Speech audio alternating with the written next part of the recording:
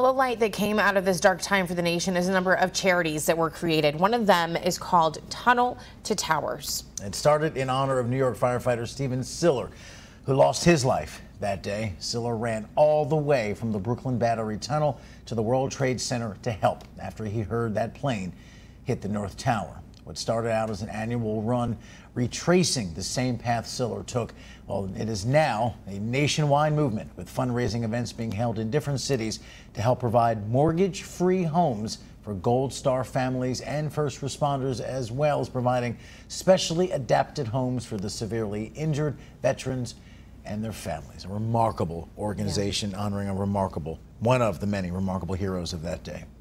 Here to talk more about the memory of Stephen Siller and the organization is Russ Hodge, Stephen's cousin. Russ is also the president of 3Roads Communications, a video production company. Welcome to the show, and thank you for joining us on a day that I know must be hard for you and your family and Stephen's friends as well. But tell us a bit about your cousin, Stephen. Stephen was a very gung-ho guy. He was the youngest of probably 35 cousins in our family. We were one of those kind of typical New York, large, extended families.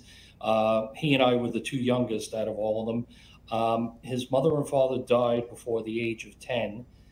He was raised by his brothers and sisters, so he was not only a brother to them, he was also a son to them. They were all very close. He was particularly raised by his brother Russell, and always dreamed of becoming a firefighter. He was part of Rescue Squad 1 in Brooklyn, and Rescue Squad 1 was kind of the Navy SEAL Team 6 of firefighters in New York. They were trained to rescue the rescuers. Stephen had been on his way home from work. He had 5 children under the age of 10. He had heard about the first plane hitting the towers on his scanner. He was constantly monitoring his scanner, turned his truck around, got to the mouth of the Brooklyn Battery Tunnel, put on 70 pounds of equipment, and ran through the tunnel, which is about 1.5 miles, got to the site, and the second tower collapsed, and Stephen's remains have never been found. And his brothers and sisters got together and put together this run in his honor. And the extraordinary thing is none of them were rich, none of them were powerful, but they got the city to agree to close down the Brooklyn Battery Tunnel, which is what it was called at that time. And this has become just a huge foundation where all the money that comes in goes to make specially adapted homes, as you mentioned, pay off mortgages for first responders. And what's extraordinary is that Stephen's family, his brothers and sisters, who were also his mothers and fathers, took something that was so awful and turned it around into something so beautiful that has benefited so many thousands. And I always thought it was a great case of people who really turn tragedy into something beautiful to help others. That is so remarkably well said. Thank you for sharing his story in that way. I don't know whether you saw it last night, but 60 Minutes did an amazing report on specifically on the firefighter impact of 9/11. It was remarkably well done and still emotional all these years later. And it should be lost on none of us that all of those people, as people were running to get the hell out of there, this other set of remarkable Americans was running in to save everyday New Yorkers, to save their fellow firefighters. Just, if you can, speak to that sense of service and sacrifice that has never been on as full display in New York as it was on this day 23 years ago.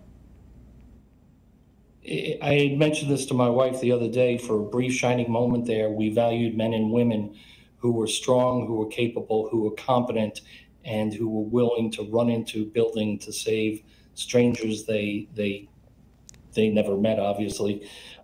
Stephen's widow, Sally, says in the documentary we produced, For the Love of the Brother, that you can't imagine how fully evolved somebody has to be in order to do that, to put their own life at risk. And obviously so many hundreds and thousands of them died doing this, saving people they didn't even know. And as you mentioned, I mean, the reverberations of 9/11 keep going and going and going. And that was one of the reasons why we produced the documentary.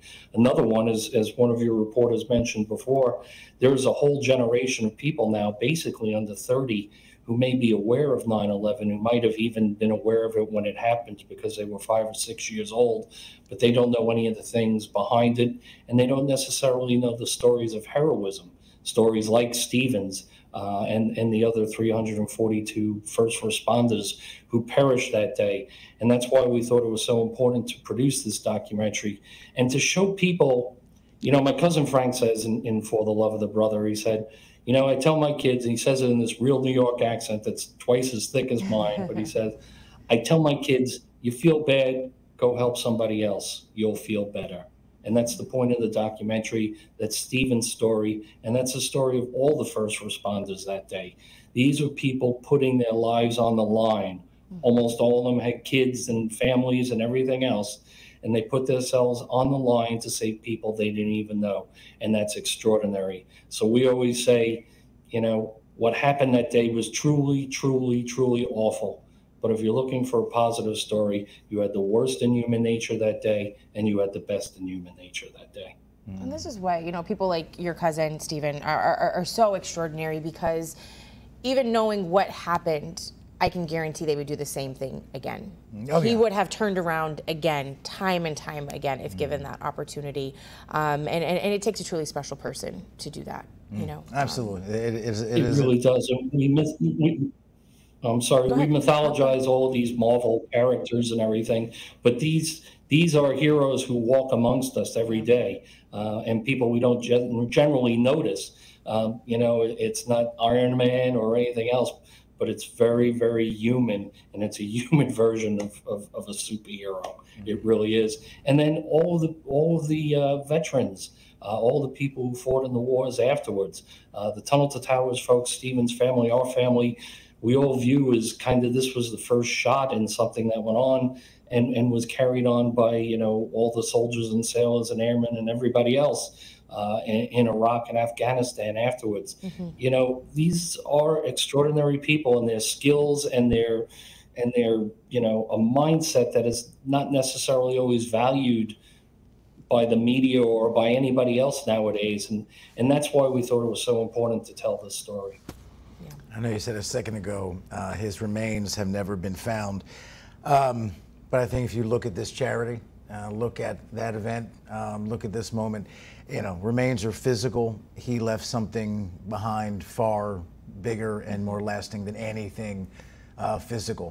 What he inspired in his family and in this event, the spirit that guides all of this, I would say those are his remains. And it's sad but beautiful in the very same breath. Russ, thank you for not just your time, but your compassion to this cause, for your obvious love of family and service. And again, not an easy day, but thanks for giving part of your day to us. Thank you.